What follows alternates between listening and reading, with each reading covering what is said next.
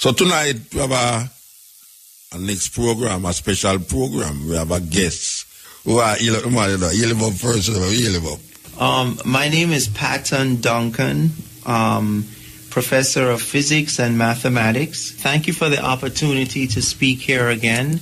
Mutabaruka. Yeah, I've been a long admirer of yours. You knew my dad many years ago. Yes, serious. He was a poet and a young activist in the island, a teacher as well. What name?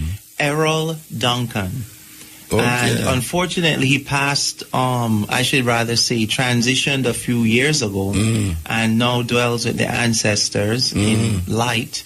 And he had 6 children, of which I'm the eldest. Okay. His wife is still alive. All of us are doing different things, but I'm the one who I could say has taken on the mantle of a teacher. The difference is I chose to go into mathematics and physics, whereas my father was more of a historian, a linguist, philosopher, and that influenced my study of mathematics profoundly. Okay. In the sense that he didn't want me to simply become, and I have to quote his words as plainly as he put it, another crazy, distracted black radical is how he put it. Or someone lost in the European academies who is pushing Eurocentrism. Yeah. It was a difficult balance to maintain, but through the years I tried, and I have to admit I gained a lot of insight by trying to discover what are the foundations of the knowledge of the world we have around us, physics, mathematics, and where does it really come from. So where you discover Muta from now? I mean, from him or just around the place? When I was a student at Titchfield High School. Oh, you used to go to Titchfield? Back when Mr. Chin was the principal. Okay. There was a soccer coach there. Donald was his name, I believe. And he wrote a book called Thought Soccer. And I remember us going to visit. He was a Rastafarian as well. And his whole approach to coaching was mental mastery of the game before you actually played the game. Okay. And I became aware of you because at the time they used to listen to your records. The program. Every time I hear the sound. I've been listening to that song since I was 10 years old. And I was mystified by the poem because you were using English words to try to capture a non-European awareness. Yes. Now, in mathematical physics, we are using algebraic equations and calculus to represent a world that, quite frankly, doesn't look the way everyone expects that it does. So we have a problem of cognitive conflict in science, in culture, and in many ways the themes come together. And over the years I began to study more philosophy, more of our African history and culture, and you, by your proud advocacy of the importance of reclaiming much of what has not been written in books or celebrated even in Jamaican culture is what had kept me out of losing my identity in graduate school. Because there's a lot of pressure to conform. Of course. As anyone out there in radio land knows. And you have to be able to stand firm in your consciousness as a So which school you go? Which school you used to go? I mean, not Titchfield, me talk about you sound like you did a foreign lang. Well, yes, everybody says that. You have a foreign you have a foreign look. A foreign look. And a foreign sound. Yeah, you know, one thing I'm proud of is that at least I'm clear, you know. I prefer to have a sound that people understand than a sound they can't. But I went, after high school, I graduated from St. George's College. And my father, having 6 children, he knew he couldn't pay 6 school fee at UWI or one of our institutions. So the plan was to have us move abroad for the purpose of our education and so forth. So about age 16 is when when we moved to the United States and I went to college. So I've been abroad for 25 years. In fact, I have been back to Jamaica a few times since. So you live here now? You live here now? Yeah, man. I'm right here. You teach at university? Currently speaking, I'm teaching at STETS in St. Elizabeth.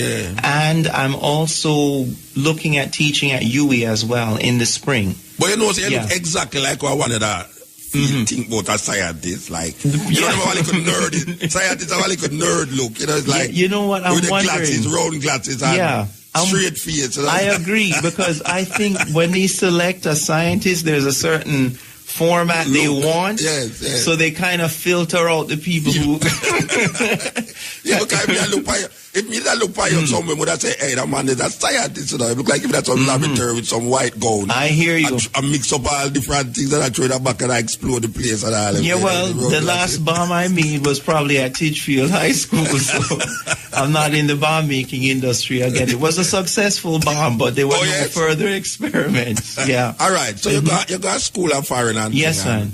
And you're going to study, where you going to study at school? Well, for my bachelor's, I studied physics and philosophy. And then that was at Central Connecticut State in Connecticut. And I was fortunate enough to get a scholarship to Penn State. Okay. And that really was where I was exposed to some very creative and exciting people and ideas. And that's where I studied quantum theory, what they call string theory, which we can talk about later, and Einstein's theory of relativity. So I was a very focused, advanced level physics major at that school, and I ran into some of the top minds there, and I'm very fortunate to have had. So where you use it and do know? You use it and just teach it back, I mean practically. Good question. Yeah. I'll tell you a small anecdote. When I was graduating and they gave me the diploma, one of my professors asked me, so what do you intend to do now? And I said, well, what I don't know, I'll study, and what I know, I'm going to teach. Okay. So since that time, I've used my knowledge essentially to help people to learn and master mathematics and gain an understanding of science and all things like that. I'm not someone who has used my knowledge to make bombs. And I'm saying that because... You don't look like a man who make bombs, trust me. A lot of my friends who graduated do make bombs. They went off into the Department of Defense and other places. Okay. So I technically know enough about the atom. If you're a physician, you're supposed to know to do these things. But I prefer to do something that helps us with, our electrical power grid or solar energy or something like that. Physics, the study of matter and energy and all, that is where they said physics is supposed to be. You got the definition correct, yes. Study of matter, energy. The study of matter and energy and their transformation. Yeah, but when I say now, when you study this thing and you teach it, you know the way you teach is a practical thing. Very good. To work with. Because if you just teach it, right. Did you go into what you call now practical work? Like how to make a bench, exactly. Woodwork, Physics squares. It's not a theoretical discipline by any means. Every year that I was a physics major, even in high school, you have between 4 to 8 hours of laboratory where you have to learn how to create integrated circuits. Okay. You have to learn how to essentially design most of our modern machinery, everything from an automobile to aircraft. So when it comes to the technological side of physics, you are expected to study the theory as well as the application. And as a teacher, I do teach the lab.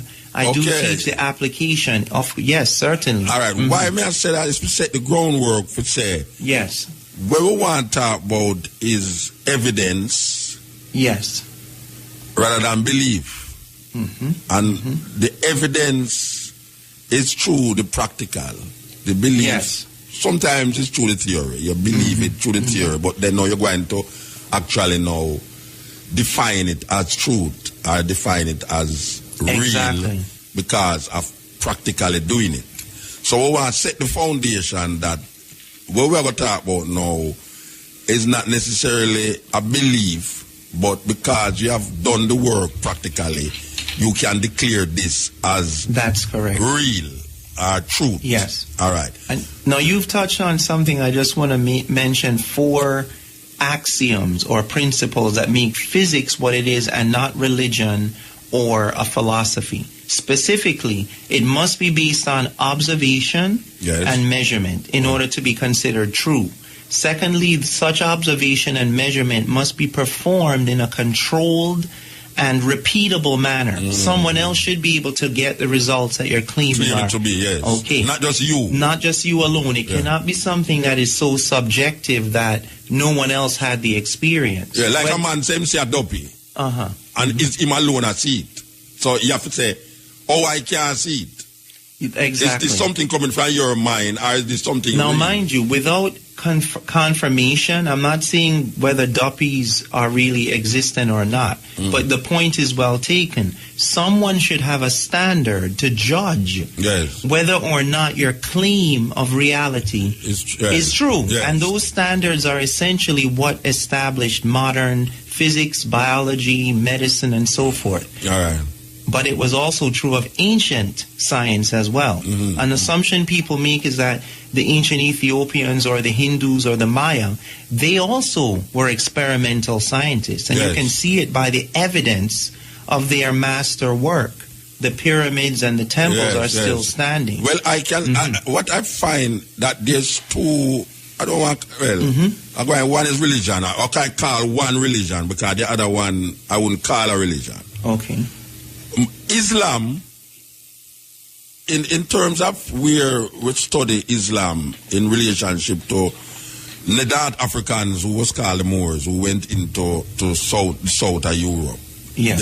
They use, even though there was religion, but they use science. That's correct. As part of them development and understanding of the cosmos and energies and things. And then you have Buddhism, that you couldn't call Buddhism a religion because it do have a deity in the center. If you said this is God, so there's no God that you point to in Buddhism. You have an enlightened one who move your soul and your consciousness into the higher level, right? So you wouldn't say it is God. So you wouldn't call Buddhism a religion. Then I don't call Buddhism a religion. It's more a way of enlightenment. All right. When we use science, and we don't want the Jamaican people them get me wrong now when we say science. When me say it's over, I work with it right now. We are dealing with physics, right? All right. Physics is studying matter and energy. Matter is tangible, energy is not. You'd agree with that? Yes. To clarify, when we talk about matter, we're referring to something that has length, volume, yes. Mass, yes, and other properties like the ability to respond to temperature change and so forth. So that's why we say tangible. All of these things are quantifiable. Yeah, and then when we say energy, we're talking about something that is not necessarily tangible.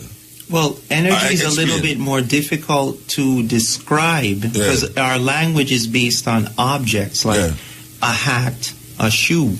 Energy refers to the necessary expenditure of work in order to cause something to change its state.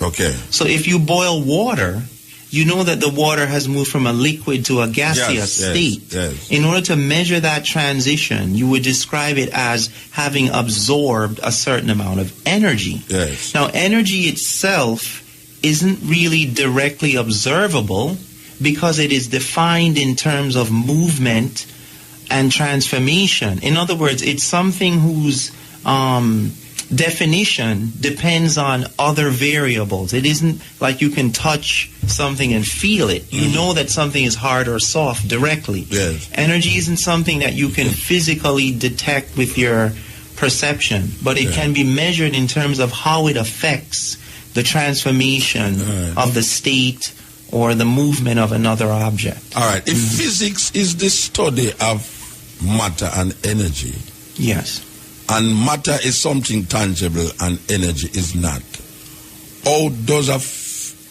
one who study physics are going to a laboratory and know that there's something there named energy? Well, that is calling energy. What is he calling energy when he goes into the laboratory? I'm going to try to... The way to describe this is that matter could be referred to as the amount of weight an object has right? Like you put it in a scale, you can see 2 pounds of ackee, for example, or 4 pounds of sugar, okay? Energy, on the other hand, is that if you take that sugar and you throw it, and so it hits someone, now you're not just talking about the 3 pounds of sugar anymore. That sugar has traveled through space a certain distance. And measuring how much that change has occurred is a measure of the energy. If I throw it harder, then I threw it with more energy. So it's something like saying, I know that Muta is in the studio because I can hear his voice on the radio. No, people out there, the only person seeing you now is me. But they're going to be able to infer logically that you must be in the studio. You understand what I'm saying? But then I may not be in the studio. And that's true. I could have a tape, a player, you believe so in the studio. And now you've hit the nail on the head. For centuries, people have tried to come up with a more adequate definition of energy. And so our concept of energy has actually changed. We have had to come up with new and more comprehensive models.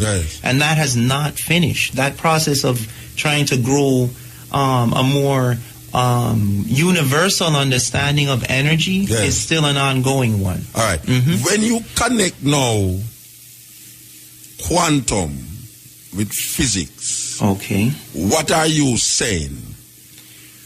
That is a very good question. It's a word that you hear constantly, and it's like, what does this quantum refer to? Quantum refers to the newest definition of energy. This is a very good way of entering the subject. People used to think of energy as something that you could only describe when you observed an object moving from one point to another. It had to be associated with a certain amount of force, a certain amount of movement, and so forth. Quantum now takes that same concept and says that energy is no more associated with a specific position in space or associated with you sitting in that chair. Energy now has new properties, and those new properties forced Albert Einstein and others to come up with a new idea about the behavior of energy, and it's very different than what people thought in the past. For example, energy is understood today as having the capability of changing the state of another object that could be on the other side of the galaxy or even the universe, because distance no longer plays the central role anymore in most of our standard models of physics. Objects can affect each other at vast distances of separation because of their quantum properties. This is sometimes called quantum indivisibility, that things are interconnected in a way that ancient Isaac Newton and the Greek philosophers in particular couldn't have conceived. They would have thought it was like magic. They could not conceive of that. Give me a simple example of that. Well, a simple example of that, when you're watching television and you see the image of someone in Syria, you know, there's a conflict brewing over there, or China, a person who didn't know how a TV operated, they would think that someone was inside that box TV, talking to them. The notion that you can transmit a signal through space that can reach your TV in such a quick, instantaneous manner, that it will give you a registration of an event happening somewhere else is directly a function of the behavior of the electron and the light frequencies. Yes, that would be one example. All right. If this is what we're talking about within quantum physics, is it possible in this idea of quantum physics that you can have a quantum leap where you are moving, the energy is moving in so rapid that it can find itself in a next dimension or a next time in this time? In other words, is it possible that quantum physics will eventually realize that there is a dimension that can only be qualified. You have to understand now the movement of this energy from one dimension to the next dimension. The general answer would be yes. And so our audience can understand what you're referring to. It would be analogous to saying that you are standing on the first floor of, let's say, the Bank of Nova Scotia, and all of a sudden, without having taken the elevator, now you're on the top of the building. Yes. It's analogous to something as radical as moving from one place to another without covering the intervening distance. Yes. But let us not make it sound like we're talking about Star Trek here. I'm going to give you a very concrete example. Maybe it's Star Trek in reality. Well, before we get to that stage, most theories today, and I don't want to jump too far, say that something like Star Trek may be possible within the next 100 years. Yes. But before we can even talk about that, most people, well, what are they talking about? Look at the laser. The laser now, which is used in medicine and a whole range of other areas. When you cause a crystal to vibrate, at a certain frequency, it will emit, because energy is being pumped into it, it will emit a certain amount of radiation, photons. Now, if that is done in a certain way, where these particles line up in harmony with each other, instead of the light coming out at a weak power level, now you have a exponential increase in the power of that natural light, like the light shining from the sun, where it can beam right through a solid 3-foot thick piece of steel. Now, ancient science, and when I say ancient, I mean before quantum theory, Greek and European science said that is not possible. There must be a linear relationship. If I put 10 units of power in, what am I going to get out? 10 units of power. And I might even get less because of friction. Now, because of the quantum property, that whenever two energy frequencies match up, instead of you just getting 2 + 2 is 4, you can now have 2 + 2 is 1,000. Laser stands for light amplification by the stimulated emission of radiation. It is a principle. It's not just one object. It means that in any quantum system, when there is a quantum entanglement or harmonization between these two different patterns of energy, you will have what is called a resonant amplification of power. And we're already using lasers and other systems that use this principle in our everyday life. And that is very, very powerful. All right. What you just said, is it the same thing as saying that you have a number lower than 1 but is higher than 1? In other words, a bar quantity that can be qualified at the, not at the start of 1, 2, 3, but in 1, bar 2, bar 3. Is this bar going below 1 still the same as going forward from 1? In other words, when you count 1, 2, 3, you say 3 is higher than 1. But in the calculus of the situation, you say 1, bar 2, bar 3, which is going in the other direction. Is bar 3 the same as 3 in the other direction? Because that to me is moving in the negative, but still coming to the same number in the negative as the one moving in the positive. It says the same number, but it's just that it is going on opposite side. Is it the same strength, or is it valued? Is the value of the bar 3 the same as the value of the positive 3? I understand what you're referring to, and the answer would be when you go to a smaller scale level, that power is actually greater. But let me explain for the audience. Yes. What you're referring to is something called the scalar geometry, That as you go to smaller levels, or let's say you have a circle of 10 feet, Then you go down to 1 foot diameter. As you go down to the atomic level, the power involved in that smaller region gets stronger. Yeah, definitely. And the reason for that is something in physics that is referred to as a 0-point energy. Yes. It refers to the fact that energy does not ever reach what we would call an absolute state of no energy at all. Because of the nature of quantum phenomena, there is always a boundary non-zero value.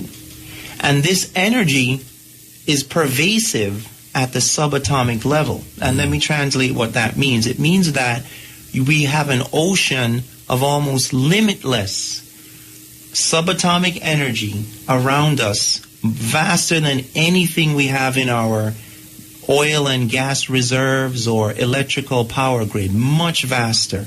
It's difficult to access. And there's a notion that sometime in the near future, humanity might be able to tap into this ocean of energy. It's almost as if what we thought was empty space isn't empty. There's even a book called Space is Not Empty. And it refers to the fact that empty space, the so-called vacuum, is pure concentration of energy. And it almost sounds like energy is something.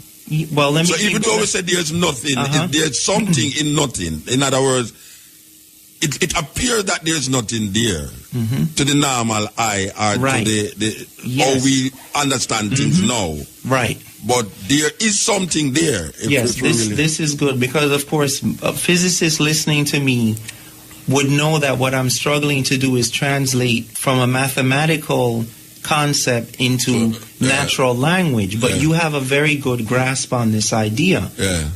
At the beginning of time, so to speak, according to science now, it kind of confirms the theological notion that there was a beginning. But what I'm referring to is now the scientific evidence that the universe appears to be in a expanding manifold, if you will. So roll the clock backwards. There was a moment in either between 20 billion to 15 billion years ago when the universe was smaller than the size of the head of a pin. Now, Albert Einstein didn't like this idea as you could almost call him an Aristotelian, a Greek thinker. How can something come out of nothing? Well, according to quantum theory, which he did not agree with, because it basically proved that there must be an origin, but the origin is not a thing. When you say no thing, it's a brilliant word because it's not saying emptiness. It means whatever's there is no thing. It's not an objective state. It's not a measurable state in the conventional, physical sense. That means in contemporary theory, in what we call quantum cosmology, the universe that we now see around us somehow expanded out of a state of no thingness, pure potential energy that actualized through a sequence of exponential growth that led to the universe we see around us today. So the great challenge for scientists is trying to figure out, if you will, logically, which is a loaded word for me and you and most people who know the history of epistemology and all that, how can something come out of a state of no thingness? All right. Listening to you now, I can put it to you that what we're saying is no thing, is something. In the logics of saying that, all right, it's expanding.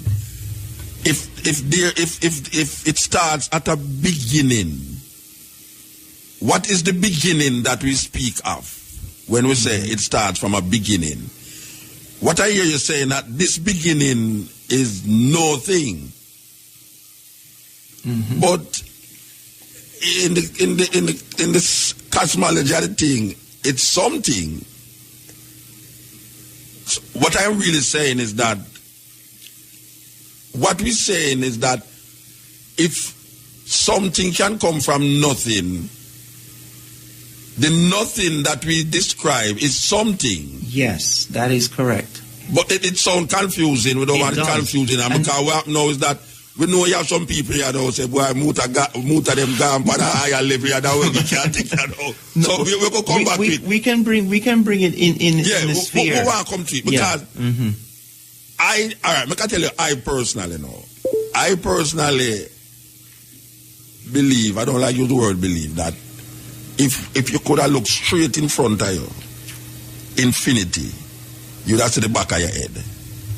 That is where I personally say. I don't think say it's going to go on and on until you're not going to see nothing. I seen say it's going to come back round to the back of your head.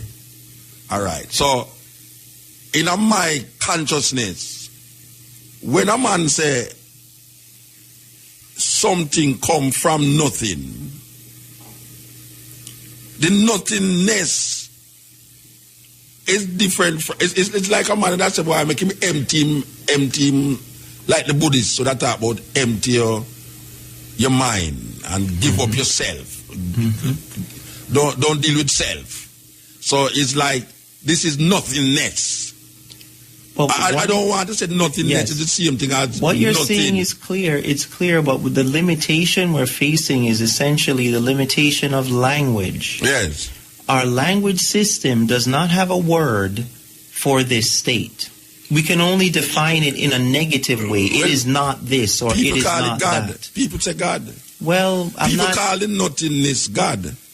And me, in a certain sense, they might be justified if that by that term they mean the ultimate of ultimates. But let us not deviate from the fact that this condition or this state that is not a state, this time that is not time, is the essential beginning of all the world's philosophies, cosmologies, and what mathematical physics has tried to do now is to move a little bit beyond the circular definition by hypothesizing or making a kind of a leap, okay? Yeah. This condition is the opposite of the one we know. We live in a world of 3 dimensions.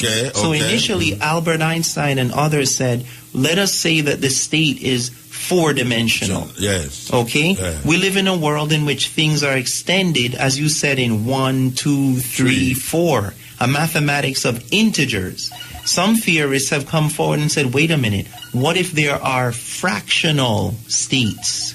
What we could call a quantum space. A space that is less than the space we're used to. Yeah. In other words, the human mind is creative enough to have invented ideas of objects that are completely different than the ones we're familiar with. And ironically, the ancient Africans, the Egyptian, the Kemetic people also had a knowledge of this. They called it the Untu, and the Nun, meaning Nun is the same root as our word no or nothing. But Nun had 8 different attributes. Nun, Nuanet. Amun, Amowanet. Ak, Akuat. And Hehuhet, which means not space, not time. No light, no up, no down. Now, people might think, that doesn't get me any closer. Yes, it does. Because by training the mind to think outside of the box that we're used to, as you said in Buddhism, and that was a good reference. And in all honesty, Jesus put it as become as a little child. And he was also referring to the fact that we have to let go of our everyday assumptions. We have to become free from not just cultural biases, you know. Our ancient ancestors took that sense of revolution to its highest peak. Become free from even your attachment to space and time. Because if the mind cannot conceive of anything but noun, verb, adjective, you know, all time is a sequence of thoughts. So we are trapped by the sequence of thought. The minute we step outside of that, the problem of creation not only is, in a sense, solved, I would rather say it takes on a different character. We are projecting humanity on the universe. We are not looking at the world, as Jesus put it, and other philosophers after him, with the eyes of a newborn child. Does a child look at the world and say, up, down, left, right. We have to teach it to do that. We need to reclaim that original mind, the mind that's free from those categories. So when we talk, going back to the nothingness, the emptiness of the mind is not tangible. The mind is not something that you see. The mind is not something that you hear. The mind is just the mind. The mind is not nothing. But because of the language that we use, we cannot define it in the space that it is deserved to be. That's correct. So we say the mind is something, but then it is really nothing because you can't locate it nowhere in your body and you can't locate it nowhere in space. But it exists. So everything is coming from the mind in the human perspective. Could the mind be the God in man? Or you see that? I think that's probably a very consistent way of looking at it. Yes. Consistent to what? It's consistent because it offers an understandable avenue to approaching the ultimate question. Either one is going to give up on the question, right, and resolve in some condition of what you call belief. Yes. Okay, me can't solve the problem. So from an emotional level, let me just give up on thinking. So I'm just going to focus on keeping myself happy, if you will. And I can do that by chasing money, or by chasing a woman, or chasing a rock star, or whatever cult leader you prefer. Fill them in the blank space. But those of us who are not satisfied with the mental imprisonment have to continue the journey. Now, all of the attributes you just gave to the mind sound like the state at the beginning of the universe. So one would then have to seriously consider if when humanity is looking backwards in time for the beginning, they actually need to be looking within at their own mind. Because I'd like to know if the eye that sees the sun can see itself. That is why I say, you see where I get somewhere, that is why I say, if you look through the universe, you come back to the back of your head, which is you, which is the eye. You're now going to see the eye through the universe. So I like your analogy, using it as the problem of discovering the ultimate truth, right? Yes. It means that one would then, first of all, begin to recognize the limitations of your own thinking, first and foremost. If I have not removed the blinders from myself, I could go out and create a new religion. Of course. Anything. Religion, science, any label that you put out there can either be a medium for human salvation and growth or another trap. It just depends on how the person and sincerely is looking for the truth, Because a lot of people run into something like they're running from a burning building and don't realize the building they're running into is on fire. Find out where you're going. Don't just look at where you're coming from. You understand that a lot of people fight against what we're talking about, for example, purely out of a need to justify themselves. They're unwilling to really think. Some people, when them can't understand something, them say foolishness. Someone told me that I was a fool the other day. And I admired them for telling me that. Where them tell you that? Lots of places. No, look at Bridget. Me are the maddest man per radio, man. Me are the maddest man per radio. This is the cutting edge on IRFM. I hope we're not going too deep or too high for the listener, but it's something where we are get to. We are get to it. You understand? We are get round to it. Though his voice may shatter your dreams as the north wind lays waste the garden, For even as love crowns you, so shall he crucify you. Even as he is for your growth, so is he. Yeah, that is Khalil Gibran words. But the reason why I play that is to say something about the language that him use to describe love. Him say E. Him call love E, do E, right? The mind is it. People refer to the mind as it, right? When them say the mind, them say it is or it is. My question to you is this now. Why is it that if this thing is not tangible, right, and we just talk about could the mind be what people term as God?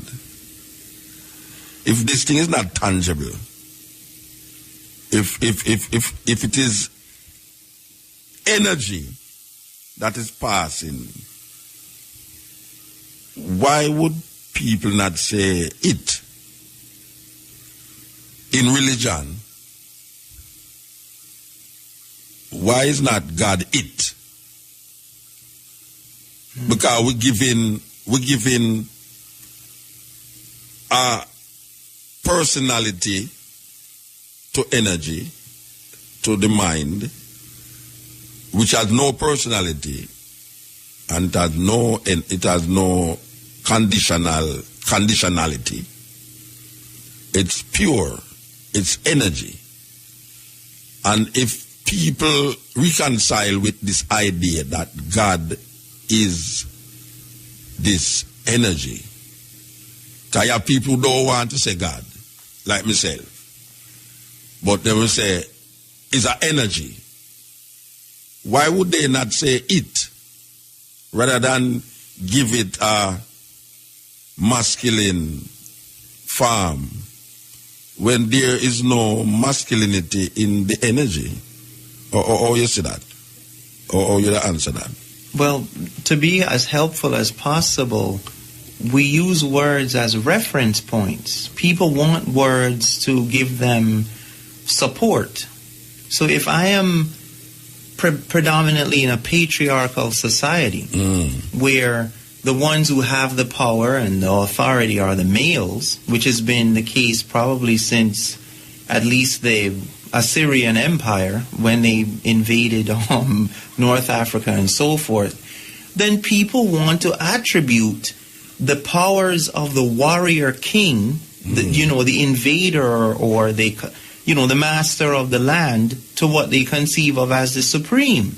But to be accurate is more important than to be sentimental. If one wants one's thinking, which is the center of the human being, all of the sacred traditions, particularly I'll refer to the Bible, it says that the mind in a person is like the rudder of a ship. Now, what if I'm not thinking along the lines of clear definitions of ideas, and my mind is filled with patriarchal and homocentric and geocentric, all kind of those things are used because people don't have the courage to look at the true definitions of their words. You know how many times I've read from sacred texts and it keeps talking about he. Yes. And do this, my son, like Solomon, for example, in the Proverbs.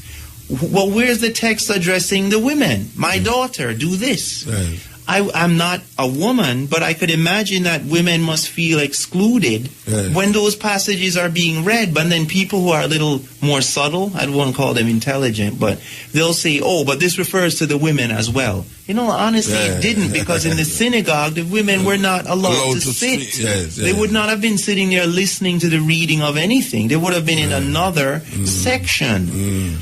People need these supports for the same reason that physics has not been able to escape the box of Aristotle and Plato. If you are going to step outside of the accepted definition, you're going to experience the wasteland, as you know. And I hope you have a cutting edge. Or maybe, if we start to go back, we would recognize that there is a civilization, was a civilization that include her in relationship to him, and says also it. Because if we look on the idea of Osiris, Horus, and Isis, the words that them use, would see that the sun, S-U-N, is the center of that philosophy, which is it. You see, so we have the sun, which is E, the S-O-N in Horus, which is E, and we have the S-H-E, which is she, which is Isis, and we have the it, which is the sun. So what we really are saying is that maybe this is a chance now, in our time yes or now, for connect with go beyond Aristotle, go beyond Homer, go beyond Pythagoras, and all of these so-called Greek philosophers, and recognize that there was something that was driving ancient people outside of the Western mindset. So that is how I started the program with the logics. How we understand things is based upon who control the thing that we're trying to understand. You see, so we have like, in this Western world, we talk English, so we only can think in English, we only can define things in that logics. But then we can use that language also to realize that there is something outside there that we can see that is not necessarily related to our understanding now of E. But the Mahat is a she. The Mahat is a principle that relates to she. See, when these words were put together, there was a attempt at defining and helping people to arrive at correct thinking. I'm talking about ancient languages like Sanskrit or Metu Neter in Kemet. And to a certain extent, one could even think of Pythagoras, who studied for 22 years in Kemet. Yes.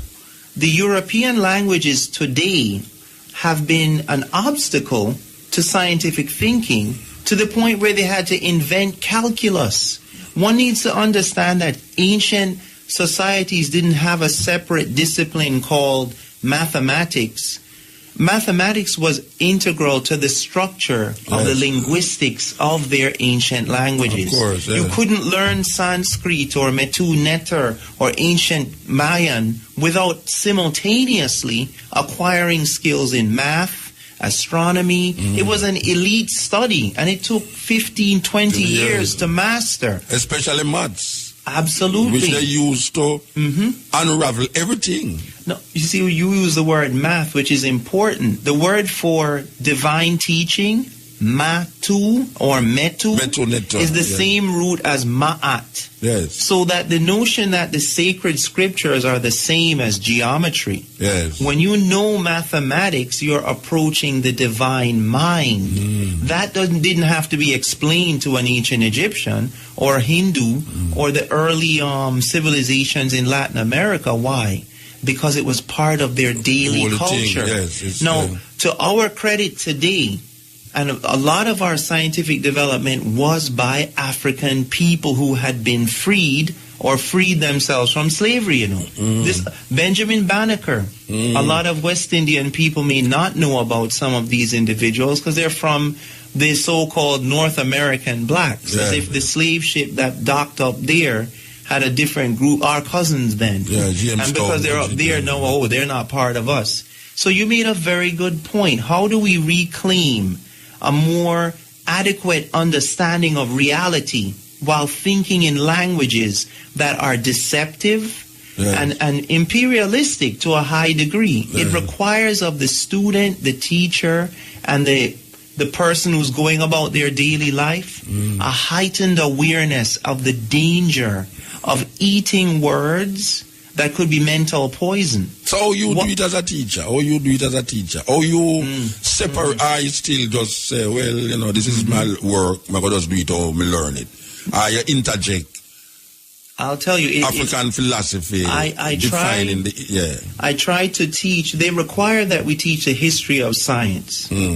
To me, that doesn't just limit itself to ancient Greece. So I do bring in the ancient history. I talk about the contributions of African peoples, of West Indian scientists, and this way students have an exposure to a more healthy mental diet, if you will. And I also help them by having them memorize definitions initially.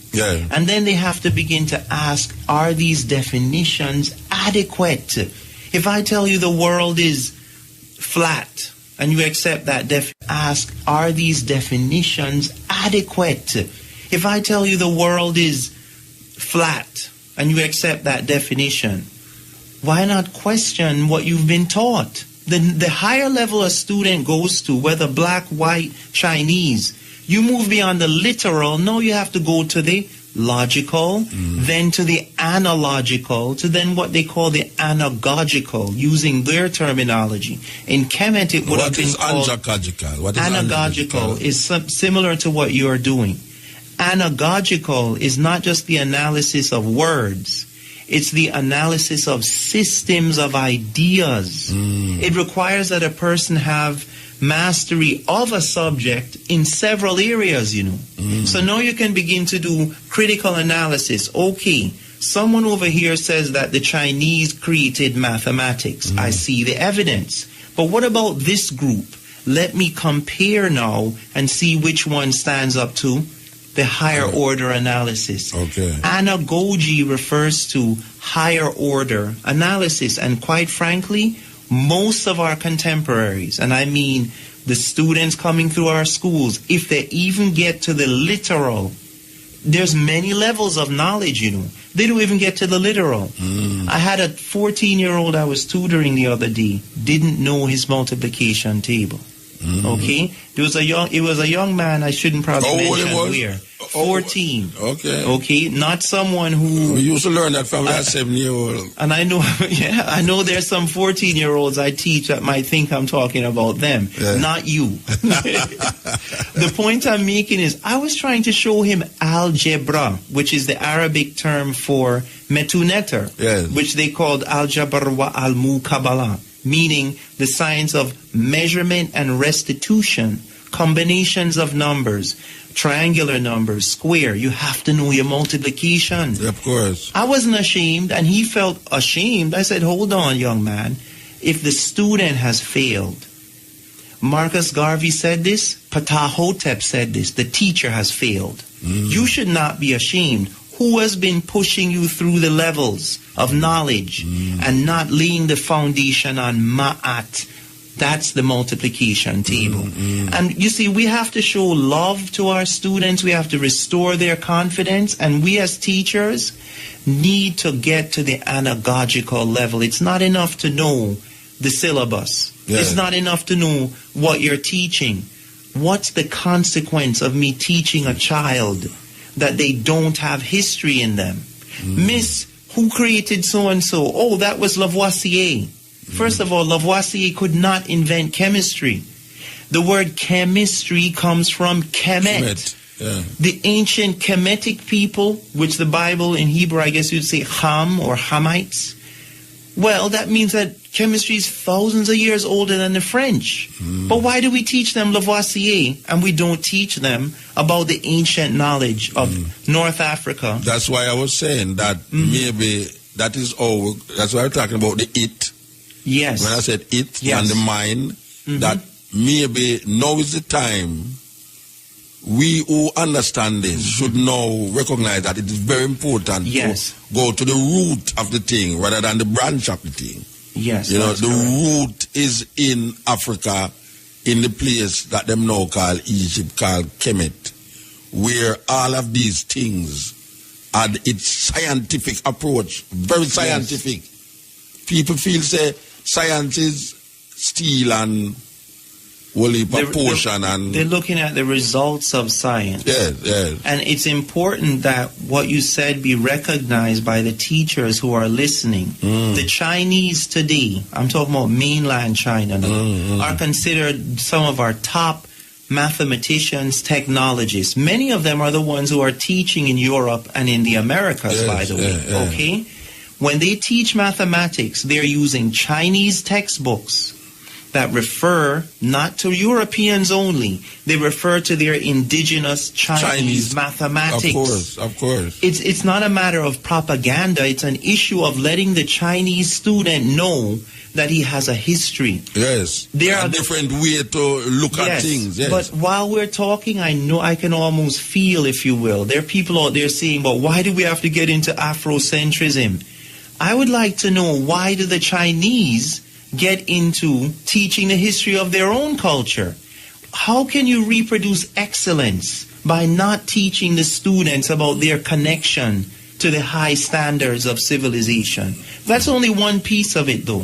When you refer to the it, the he, the she, coming back to language, they think they're going to need to learn Arabic or Swahili. There's something deeper than that.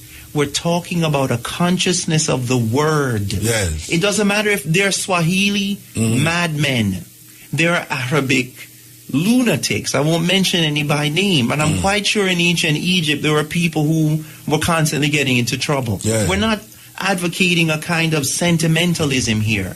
What we're talking about is reawakening, a higher level of thinking. Do you really know the epistemological origin extension of the word, and origin of what you're teaching students? Because when they ask a question, excuse me, sir, why don't we divide by 0? Most math teachers say don't. The book say you shouldn't do it, so you don't do it. You just killed a future calculus student because division by 0 is considered a part of mathematics, but at a higher level. It has a meaning. Do you know what the meaning is? Because one of the reasons I didn't want to study math was that very question. Whenever you ask a teacher why, look at their response. Yes. If they shut down the student, then that, in my opinion, is an enemy of the student's mind. You may not have the time. The Minister of Ed says we need to cover so-and-so, and rightly he should. But you still have a duty to address the deeper questions and wake up the student's genius. We can still achieve that too. It's ironical that you should have mentioned multiplication by 0 that I was talking about. Bar quantity. It's the same. The same answer I wanted that you was made me refer to that division. The bar quantity is as heavy or sometimes even more powerful than the one over there, the positive quantity over there. So because we have a bias against small. What in Latin they call the minimum and the maximum. The human being is terrified by the maximum, the vastness of the universe. Boy, him win the lotto, how much money he make? If you tell that guy won $10, they'd laugh. 10 million, okay, now you're talking. We're impressed by size. You know the universe works the other way. Yes, from the small minimum, to big. The smaller you go is the more complex dimensionality and energy you're dealing with, you know. But why is it that human beings have a bias? Because we are also sensory beings. We can only see 7 colors. Ask most people how many colors there are. They'll say 7. That's not true. There are literally trillions of frequencies out there. You know, we only see a small segment of them. And that's what we define as reality. I know people always say the bulb, the light, white. And it's a bulb in my dark. It's a bulb because light does not have a color. You know, it has to interact with a material object, and then you will be able to see a color. It's funny because I remember one time my man told me, "Why the light in there white even?" You know what? The light no white, it's bulb white. Him start to say, oh, where you say motor? You can't see. And he might show me the bulb. For sure me say, see the light white, And as I am a Jamaican, I have to say that first before I say the following. Because people are going to think, oh, I'm a foreigner, that's why he's saying that. I keep hearing people say the sun hot, Yeah. And there's certain times when the sun is cool. Yeah. And I say it with love and admiration, but it comes out of our body. Yeah. We're attached to our bodies. So if my body feels hot, I say that the sun is outside hot. Of your heart. Yeah. But that is what science has said for thousands of years. Your perception is not reality. Yeah, it's like Dialogo who says the earth revolves. Galileo, yes. Sorry, Galileo. Yes. And the Pope said, no, it's to something in the Bible where Joshua commanded his son to stand still. Him said, no, but you can't say that. And them exile him for the rest of his life because him keep saying, no, it's the sun.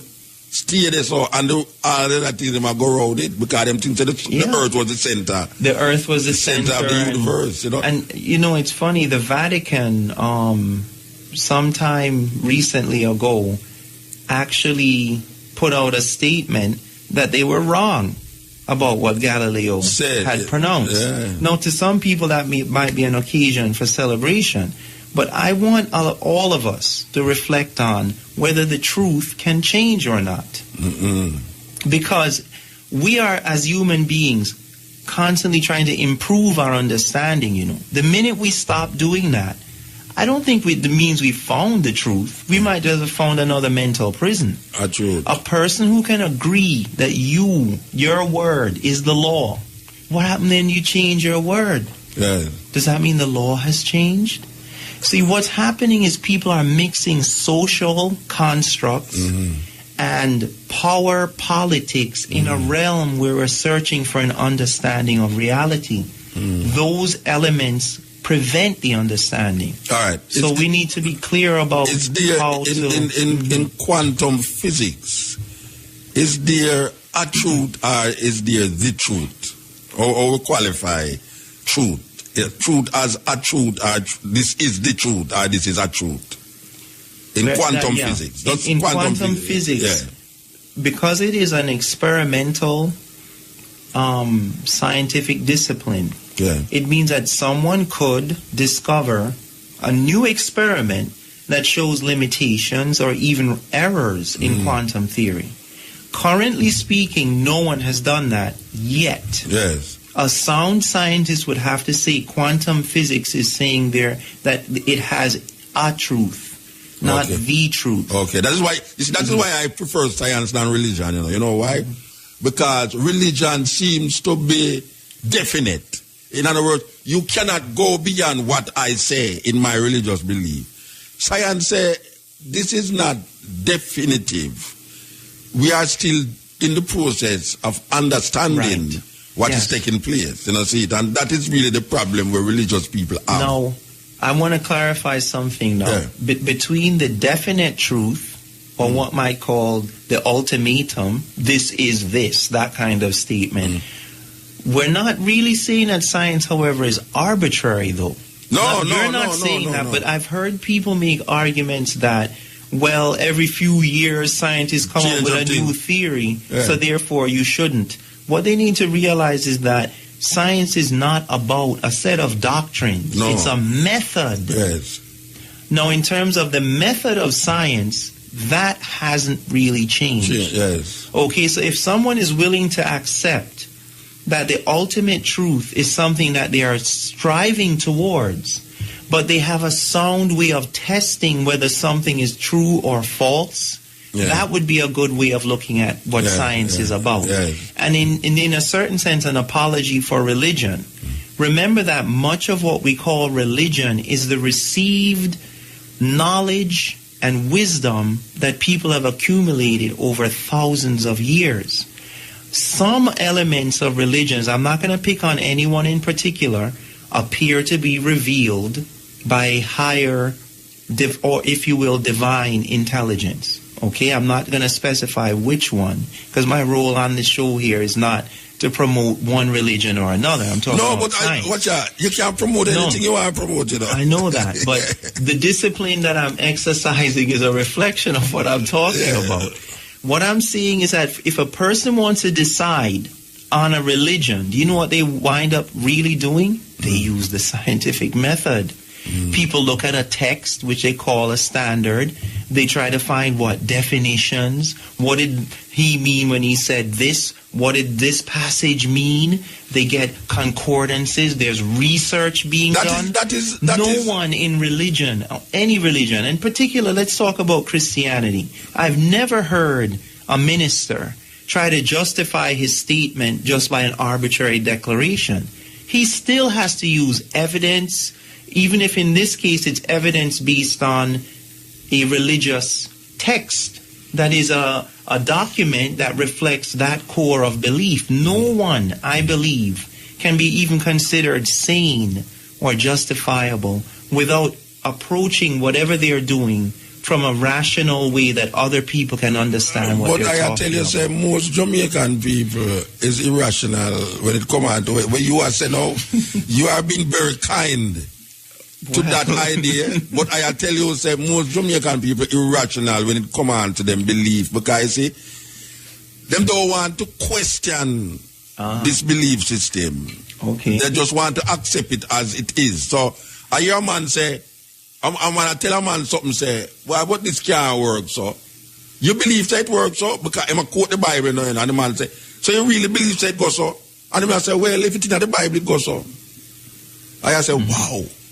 You know, I mean, something so irrational. Yes. And you say, well, you're not question it, because it's in the Bible, you're not question it. You understand? You know, there's a saying, if you meet the Buddha upon the way, kill him. I don't know if you ever hear that saying it. Like, yes, I have. If you meet the Buddha on the way, kill him. But it has a deeper meaning. No. It's a meaning. We are talking about. It's a meaning. We're going to get to it. I just say what it say. Right. So it has shown now that there is a direction. Like you go up on the road and say 100 miles to crossroad. You don't just stop at this post and say you reach crossroad. You know, say this is the direction where you're going. So what it really says that when you reach so you don't reach where you're supposed to go, because it's a life journey you take. So you just continue traveling. You don't burn up the bridge round there, so you just keep climbing. You just keep climbing, and right here so it's not where you're supposed. All right. Why we really say that is that in our idea of understanding where we call God, we say we find God. So when we find God now, we're done. We stop search. We nobody look for no God now. We say, well, we find God and hallelujah. We find God. We save now, right? It's only in the Western world we see that thinking there. Only in the Western world we see man believe that. Say, this something will last, or it never lasts, him find it, so that means it done. Him no need for search again. Yes. So him talk about a definitive truth. Where there's no other thing that can come to show him something different outside of that. But yet still, there's other things in science that this is based upon the evidence that you have at the moment. You can clearly say that this is this. Tomorrow, the evidence show you something else. It's like you do a court. You know, it's like a man coming out your house now and say a man over a man with a knife in him hand and blood upon him hand, and the police come and say, yes, see there, are you kill the man? That no means that him kill the man. So him go investigate. Yes. Religion, especially where we know as religion, don't investigate. You see? Where it use a book that validate its own thing to validate what you are saying about the thing. Which there's no investigation going on if you take the same book to validate the book. I agree that people don't investigate things. But like people approach everything in the world from a bias and a lot of times of deep ignorance. And it doesn't just fit religious perception alone. I don't think religion in itself is biased. People approach... it's not a religion is biased, no. It's not a religion biased. It's how people approach it, because if I'm ignorant then everything around me is gonna be affected by that. If someone told me to put up a road sign, where you said the road sign was going again? The one you mentioned? Crossroad. All right, put up a road sign that said crossroad, right? The problem is the road sign is not facing the direction that people are headed towards crossroad. And I have to admit, so in my journey here today, I have seen road signs that were pointed opposite to the way I was going, that were supposed to be the way you're supposed to go. Ocho Rios. Yes. And I'm quite sure that there were no religious placards on it. It's like the same kind of ignorance where someone would say, so wait a minute, how you know, say, crossroad is over there? I mean, first of all, why are you asking the question? Come to find out the man has been drinking all afternoon. Your mental ability, like your eyes, some people need mental glasses. And if they're looking at religion, they're going to turn it into the same distortion that they're turning everything else. Yeah, but I put to you that religion is the main distortion in the minds of the people them in Jamaica. Them use that against the people them, and the people them succumb to that. The people have a relationship with religion because we get brought up, especially Christianity in Jamaica. People have a relationship with Christianity without analyzing what them believing in. There is no analytic understanding of Christianity amongst the masses of the people. And the people them who go to theological college to study this thing, no, there's a difference in what the people them understand the religion to be and what it is supposed to be understood to be. So when you hear like certain things is said in the Bible, when you go to a theological college, it is explained to you. But when you go to the church, it is not explained to you. So the person who is listening in the church go away with an understanding that is not explained to them, and the person who is sending the message to the people them is not telling the people them that when I say this is the understanding that you're supposed to get from it. So the man who's getting the message is out there defending something that him though go analytically, go figure out. And if you come to him with a scientific, analytical mind, for sure him said, no, you question God. You can't question God. And that is what now we talk about physics. When you say physics, and physics, and you're studying matter, and you're studying energy, the normal Jamaican Christian out there will not entertain any argument that includes matter and energy in relationship to the universe and how the universe is structured. They will not do it. No, you might not want to say it because you have a... no.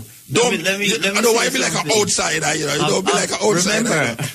Don't be like an outsider, you know. I am a Jamaican. My bloodline comes from this country. No, I said don't be like an outsider because no, I understand what you're saying. But what I'm gonna say is this: you might be generalizing to some extent. There are Jamaicans. No, you hear what I'm saying? No, you said most. I said most Jamaican. Most Jamaican. Do not think about. Don't analyze what they believe in when it comes on to their Christian belief. Most Jamaican. I put my head on the block for that. That most Jamaican, if you come into a reasoning with them don't analyze what them claim to believe in. Because why do you think that is the case? Because there is a fear factor. Okay, I that agree is placed in them consciousness. There's a fear factor that says, this is the word of God. And if you try to question it, you will be going and burn up in a flames and fire. So science don't come in at them. There's no... Watch a man. If most people go to church every Sunday, we sit down there.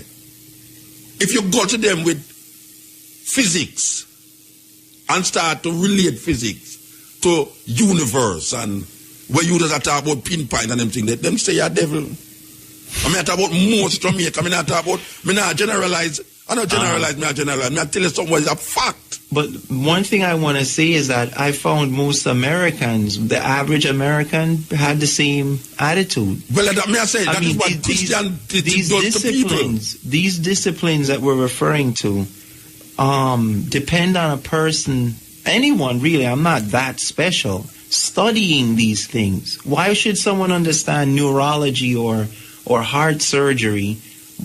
They should at least respect it. But to be able to explain that to someone and have them agree, you're getting into an ego situation where they're not gonna give up their assumptions about things. Yeah, but you don't want them in agree, light of any. You don't want them agree, but you want them to analytically think. But that's demanding a lot from most people. But honestly. that's what I said. That's why I'm saying to you. No, I'm saying this as a teacher now. That is what I think is affected by our low literacy rate, and I'm talking about functional literacy. You can read a newspaper, but the comprehension of what the newspaper is saying in terms of historically and how you should make a decision in the future, there's a lot more work to be done in that area. Now I'm speaking as a teacher. Of course, I agree with you that there are deep issues with, you might call it religious fundamentalism, cultural fundamentalism. I'm not attacking anyone's specific belief. What I'm saying is, if I tell my child, explain something about the culture. You don't have to say things and then apologize. No. You have to, because it's easy to take out of context. No, listen to me now. You see, if you attack from your heart, if you apologize for what you attack for, this is a cutting edge name, See, it's not that Sunday morning service where you have to say, well, I understand what you're saying. No, I tell you something about this program. You don't have to apologize for the truth that you have in you. So if it's a truth you have in you, you just say it without apology and don't feel say, well, yes, that, but this, that, and I find say it's so you attack. That's what. You're not going to lose your job tomorrow, man. No. I think you might be misunderstanding. No, that misunderstanding it. If I want to reach an audience of people who are fairly unaware of what science is about, my approach cannot be one of attacking them. No, I'm not telling you to attack them. I am telling you. I am telling you that most Jamaican people don't analyze what they believe in when they come on. I agree. And you say, well, you sound like you're generalizing. And I say, but not generalize. I tell you, say this is a truth. This is a truth that most Jamaican people who believe in Christianity don't analyze Christianity on a scientific level. They don't do it. So they need to start doing that. No, but that's what I'm telling you. But when you say I am being generalizing now. Because there are people, a significant number of them, who are Christians, who understand and respect I am saying science. That most Jamaicans, I don't know which company you are keeping on. Maybe you have a scientific group where you sit down with every night. I tell you, say, at 20 years, me there for so. And me talk to people outside of the radio you saw. Me talk to people in a school, in a church. Me go to theological college, go talk. Me go to university, go talk. All the things. And me I tell you, say, most Jamaican people don't analyze what they believe in when it comes on to them Christian belief. And if you bring quantum physics to them, and if you bring what we are talking about to them going to say he's an antichrist, he's a devil, where you come with them things that in the Bible and all them things. Just like how we are talking about Galileo a while ago. Joshua said, the sun stands still. If you go to some Christian, most Jamaicans, I mean, I generalize, because most don't mean every Jamaican, Most just mean to the majority of Jamaicans. If you go to the majority of Jamaicans and say, watch out, the sun stands still. The implication of Joshua command the sun to stand means that it was moving. If you go to most Jamaican and say that, who read the Bible, you must say, yeah, but you see, which me do it already. I'm going to show me, say, yeah, but you see, God can do anything. So God go and go against the law of physics to do something that is outside of the law of physics. And this is why I firmly believe that the knowledge of Christianity, as you're describing it, is too limited because they are unaware of how Christianity relates to science in a broader sense. It seems as if people are using a literal interpretation of the Bible. But that is what them do. But that is not the only way to read the text. Yeah, but we know that. Me and you know that, what I am saying. The past know that, The theologian know that. Guys up on the TV know that. Mr. Ian Bowen know that. Said this is not the only way to read the Bible, But when them reach at the church, them don't tell the people that. They won't go tell the people them know what them used to. So the people them go with a different understanding from where the theologian them know about. It would be important then to raise the people's level of knowledge, literacy, and correct thinking. That is where we come in now, and then them say we mad. No, actually, I think they're listening or some of them are listening in secret. Them are listening. Oh, you mean? Because the wait is every day after 20 years. Some of them to listen. Wait is every day after 20 years. Because me attack and them are listening. You know, see it? When you go them say madman, To be honest, I don't talk to people but no one talks to me like that. No. Maybe they think I'm from another planet. No, them not tell me say me a madman, Them tell them picnic. Them tell them picnic. What? You know what place me go into the world with young people. We say, Muta, you see when me there at Jamaica, I couldn't listen to your program, Because my mother said, the boy, they are madman. You know what people... I understand. I talk about continents. When we go to university, Yale University, Oxford University, Harvard University. I saw you when you came up to Yale. Yeah. I remember that. Yeah. All of them university there. School, Jamaican youth who say, Muta, you see when me there at Jamaica, me have to take my radio and put it on my pillow, because I say my mother and my father ever catch me and listen to you. Them say, where you listen to that, the idiot, not to listen to man, idiot. You understand? So it's not something when we just attack out of highfalutin, it's something we know. And the students' math grades and their science grades reflect that attitude of our culture. Because if we seriously want to improve as a nation and not only build our country, we have our freedom from England, in quotes. I know there are limitations on that. But how much development can happen of industry, science, medicine, when we are keeping the population in an ignorant state? You have to connect science with religion. You have to. You have to connect science with religion. This is something that needs to happen at a whole range of levels. Number one, the scientific community, I don't know if they're very active in education. They are not. The people who are in the technology sector. Because the first I hear about you when I hear Pandra Williams program. So, and people need to realize that trying to marginalize someone like yourself or anyone who argues for critical thinking, and then you turn around and wonder why your own child cannot pass the GSAT. There is a direct cause and effect relationship. Of course. And remember that the Bible, read correctly, it says he made everything according to number, measure, and weight. I would like to know what number is and what measure is and what weight is. Why do we see the recurrence of mathematics, geometry, astronomy in a sacred text? It's because the ancients at least understood that a person who thinks clearly cannot be subject to a belief, but they will pursue the truth when they understand how to correctly think, and that cannot be against a true concept of divinity. Someone said maybe about 100 years ago that religion might not need science and science might not need religion, but religion and science reflect two sides of our human nature. And until humanity finds a way of understanding that totality, we're always going to be at war.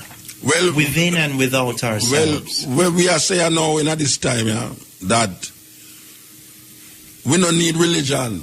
We need a spiritual awakening, a spiritual consciousness that is void of religious belief, because religion is created by insecure men. It don't have nothing to do with spiritual awakening, spirituality. It's just a group, it's just a set of laws that man use for put fear in our people and then give it credence by talking about a divine entity or a supernatural being that will do you something if you don't adhere to what him say, because him a created. It's man a create God. It's not God. It's man creating this idea and concept of God. Him create all of these things, and when him come right down, it's him mind. The mind, what we just talk about, that is where the physics there, you know. The physics is that energy, that physics is trying to connect with matter.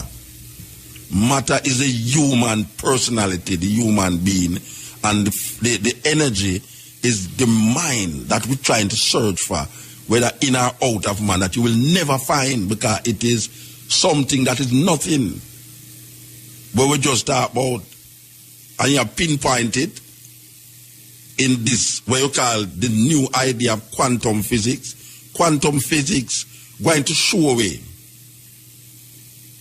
how this idea of the mind connect to everything that round with. You have nothing to do with no religion. Because the more religion is, the more you move from the consciousness and the philosophy that create energies. For my part, I would say that religion has been abused and utilized by different people for political or other purposes, and it's still happening around us today. I don't believe that it is fair to the history of Christianity or Judaism or Islam to see it as a repressive force. It's how those religions are used by kings, presidents, politicians, what have you. When I read a text like Gospel of Matthew or the book of Genesis, I don't see any political parties mentioned in that. I don't see the name of King Assad or Barack Obama. When people begin to put that into those religious teachings, they are committing a crime against humanity. Because when a person subscribes to a religious belief and it's married to politics or someone's agenda, it becomes an instrument for macho married to politics. Excuse me? Macho Mark, Luke and John married to politics. Is politics white there? It will have nothing to do with no spirituality. It have something to do with politics. Macho Mark and Luke and John is there because of politics. Who write it? We can debate about that. Who write it and why was it written? Judaism is not a religion. Judaism is a culture for people. 4,000 years ago. And out of that came an idea of what we call now a divinity. Judaism is a culture. The ideas of how you eat, what you must do if you do that, and it's a cultural expression that is defining itself, and then it developed now into a religion, because man now is going to now use it now to control people. It's a religion. Religion is supposed to free you, you know. But then now we realize a religion bind you and enslave you more than it free you. There was no religion in Egypt. In Kemet, there was no religion there. Man used what he knows scientifically, mathematically, to define himself in his quarters. There's no religion in a Kemet. You see, religion come way down the line when man start enslave man down outside of Egypt. Him start to enslave. What is the name of the religion that was in Egypt? Tell me a name of a religion that was in Egypt. There was no religion there. There was mythologies that was used to define how man behave, how man react to the stars, to the earth, to the sun, the moon, and them things. It never come out of religion, it come out of culture expression. It's out of culture's religion come. When man realize, you know, he must start to embed certain ideas to control you and manipulate you. Like a man like Moses. Moses creates something now to manipulate the people them in a theme where he belongs to a Levite. He is a Levite according to the Bible. And these people, nomadic people, I wander up and down, no, if you do. Him just say, all right, you know something, I'm going to put them in order, I'm going to make a box. So him get a box named the Ark of the Covenant, and him just create it and say, look, you see that? It's only my tribe can go beside that box. Only my tribe can carry that box. You understand? He is a politician. He understand the thing from a political thing where he say, The only way him can control these people is to make them in order by putting down certain laws. And the laws that him put down, it's something him get from the same place where them claims that them are come from, which is Kemet same way. 10 Commandments do have no origin with this guy. It come from Kemet, what we are talking about. The Mahat, 42 negative confessions, where we talk about not avoid this, not avoid that, not avoid that. So it will have nothing to do with no spiritual awakening to nothing. It's politics put it there. It's politics put the Bible in front of it. It will have nothing to do with awakening the consciousness of the people. It have something to do with manipulating the consciousness of the people. So when you realize that, you come outside of it and realize about wait. There's another way to look on this thing, I know. You know, see, there's another way to look on it. So when you look on Judaism, Christianity, and Islam, them 3 major Western religions, you realize about the man them turn the thing in a religion and distract. Look on the planet. Look on the planet how it is today, you know. Most war that has been fought on the earth is because of religion wanting people land. Religion want to control and manipulate human beings. Maybe you can't say it because you don't want to say it, but me have to say it. Me I have nothing to lose. You understand? Me I have nothing to lose. Me can't say it. Me not look for nothing. Me not beg nothing. Me have to show you say. The idea of science, mathematics, because I say it all the while, everything can be unraveled through mathematics. Everything. I truly believe that. I am not a mathematician to no high level, but I know mathematics is the foundation. Mathematics is the foundation. And if we can go into the scientific, where you talk about physics, quantum physics is the beginning of unraveling the supernatural, superstitious behavior of people, especially black people.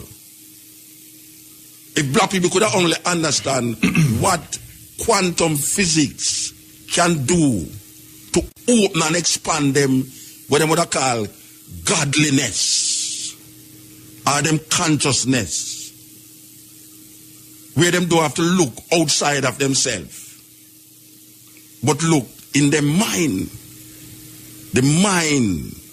Because what is all of this thing is about mind control, you know. It's about mind control. Everything we used to do every day. Every day we are controlled. Every day. Or we eat, or we talk, or we walk, or we have sex, or we play. Everything is about mind control. And when you move outside of that mind control now, you either become mad, according to the perception, or you become really like a genius. This is true. I agree absolutely with what you just said. In my awareness, I can perceive that there are different levels of understanding of what we're saying, simultaneous to me understanding what you're saying. So it's more that I'm worried about. I'm not worried about so much the reaction of any particular special interest group. We're in a sinking ship, and if we don't find our resourcefulness, the waves are approaching. Yeah, we have to find a Mahat. Yeah, exactly. Yeah. And I want to trace a history of the word, the atom, as an illustration. Yes. The atom is understood in chemistry as the most simple element that combines to make compounds. Most people think it came from Lavoisier and then back to the ancient Greeks. In particular, Democritus, who said that the smallest thing is uncuttable, atomum, meaning not cut, complete rubbish. The actual root of the word atom comes from the Memphite theology, the city of Memphis in Egypt, Memphis, and there's Memphis, Tennessee, and other places. Memphis is the city that was the capital of Egypt because it divides north and south. Let's explain what that means mathematically. It's the balancing point for two sides of an equation to be what? To be true. So the atom is a place in the universe, in every substance, that is a meeting point of matter and energy. Now, why would I claim that the ancient Egyptians knew about the atom? Because in the city of Memphis, there is a tablet, which is sometimes called the Shabaka stone. Yes. Because King Shabaka, who is mentioned in the Bible also, someone who came and liberated the ancient Judeans from the Persian army, in fact. It's mentioned in the Bible. There's a psalm that mentions him. Shabaka copied it from its original papyrus and put it on stone. It was so important. Now, the Shabaka stone, or the Memphite stone, describes the creation of the universe by the word. Yeah. It talks about the speaking forth of creation.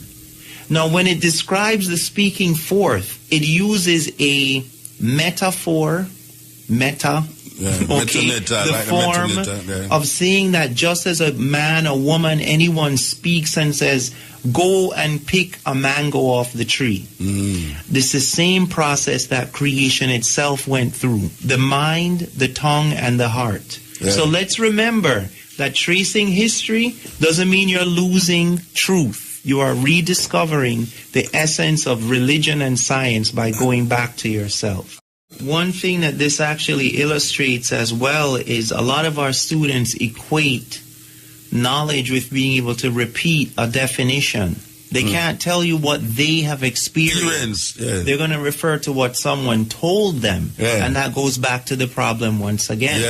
Ask them what the circumference of a circle is, and then ask them how to do the circumference. A big, big difference between the two. Yeah. Knowing by doing and observing, very different than knowing by description. Yes. Very different things. We need to get them back to direct contact through their own observation.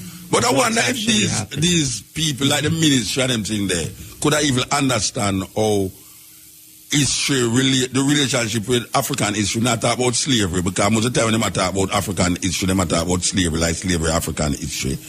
And how the robustness of the Arab intellectual, because we can't leave out the Arab intellectual in terms of what them offer Europe, the Moors, who was influenced by Islam, and their contribution to what we call the age of the Renaissance, European Renaissance, and high culture, as we call it. It is the Africans, them, with them scientific approach to religion, that gave Europe its high culture. You know, the places with the mosaic temples where the queen them couldn't give up, and where certain queen in a Granada did want to get buried in even though she wasn't a Muslim. And all of these places where you go to Bordeaux in France, where we go there, and them show you says black people build all them places there. You say, what? Well, black people? Yeah, them say yes. There's that time them show the history of these places in France and Spain and them things. And all the meticulously, all the people them temple and all them build the structures and you know. I mean, see, what has happened is that we can achieve a high level of technical knowledge and many PhDs and never touch questions like this. Yes. Because we have a knowledge of science, but not a science of knowledge. Yes. There are different levels of knowledge and depth of knowledge. Yes. So if a person becomes a teacher, they can essentially deliver a literal, canned, linear interpret. Same thing we're trying to criticize here, because they have never processed and digest the information themselves. Most people think Pythagoras came up with the right angle theorem. There's no pyramids in Greece. How could you give the invention of a technology to someone who went to a place to study? For 20 he did not years. come up with it. For exactly. 20 years I'm studying that. Yeah, but a lot of teachers would say, okay, let's suppose that is important. Why do the students need to learn that? They need to learn it to see how knowledge has changed over time. And that knowledge has forms that depend on culture too. And not only that, it places them in the origin of the knowledge. That's right. Yes, as a people, it places them in the position where them can know, say, these are the same people, them looking like you, where you come from, they create this energy. We used to look at the past as gone. Yes. And the future as kind of like a vague thing. It could become. Yeah. According to physics' view of time, all times are, if you will, equally real. Yes. The past, the present, the future are not changing. Yes. It's an illusion that we are actually going from the past to the present to the future. It's the same place today. According to the laws of what they call temporal evolution or the time evolution of a system, they are all, if you will, simultaneous. Of course. Now, what that means is that the future tomorrow has already happened in a sense. Yes. And the past is as close to you now as the present. Yes. Now, the word in physics for this is space-time continuum. That's what that actually means. Yes. It's not divided. There's no sense that the past is just a darkness. It's human beings that create that idea. Human selective perception makes it appear that there is something called the movement of time. Time doesn't move. No, definitely it could be not. said that we are moving. Yes. Because the universe the sun not hot is we hot. It's just like that. Yep. We tend to refer everything in the world to ourselves as if, okay, that is what's happening because I'm the one who's looking at Physics turns that around and says, no, you are observing. And what you see as a changing system is the parallax. It's relative motion, in other words. You know when you're on the highway and you see like a car look like it whizzed by you, but the car is parked. You're like the one who's in motion. You know what time it's stuck in a train? All in a New York and in place, and the other train move, and my feet and my train move. That has happened to me too. And it is the same kind of analogy when we say that the observer then, by how the observer is interacting and interpreting the world, is participating in creating the world that they see. That's why I just say, if you change yourself, you change the world. It's not trying to change the world because we are the world. And I would agree with that. We are the world. I do. You can't go around the place and try and change this and that, change that. Change yourself. I mean, here's a very good example. We claim, right, our students are having trouble in math. You know, most Jamaican children have a cell phone that they can text with. Maybe they can't watch a movie. Not every Jamaican child, but I'd most. say most. Okay, good. I like that. And you notice how digital and live have made it easy for people to text. It's becoming the dominant mode. Instead of calling, Can you explain how is it we teachers have not yet used the cell phone now as the new medium of learning instead of complaining about it as somehow invading the classroom?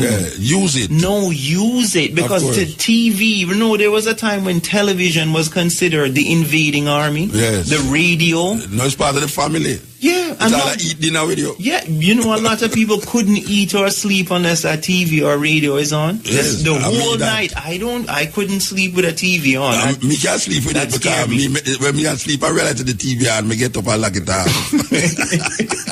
I wake up with half of the TV in my head and half of me in my head. Well, you know, so this is the cutting edge that I refer, and believe you me, we don't play no music tonight except two music. We don't have Douglas, so we don't mind it still because it's all about the information and about the difference in understanding things. We try to open up certain things on this program where people afraid to explore and people don't want to go in night because they might say, "Sure, I'm making night." No, nobody no interested in that.